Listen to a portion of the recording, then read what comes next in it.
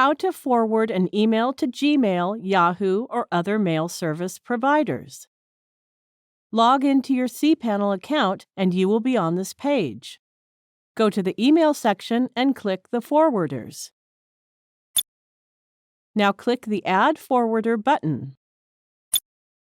If you wish to forward all the emails sent to myemail@example.com to another email address, enter my email here.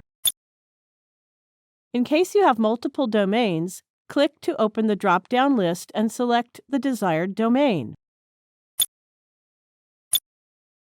Then enter the address or multiple addresses separated by commas.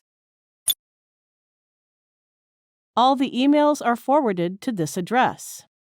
In case you wish to discard emails, click on this option button to discard and send an error message. Type the error or failure message that will be sent to the sender in this text box. We will learn about advanced options later in this video. Now click the Add Forwarder button. That's it. We have successfully added the forwarder. Let's learn to forward emails to an email pipe script such as myemailpipe.php, which is located in your public HTML folder. Click the Go Back option. Now click the Add Forwarder button. Enter the address and select the domain of the email account whose emails you want to forward to an email pipe script. Click the Advanced options.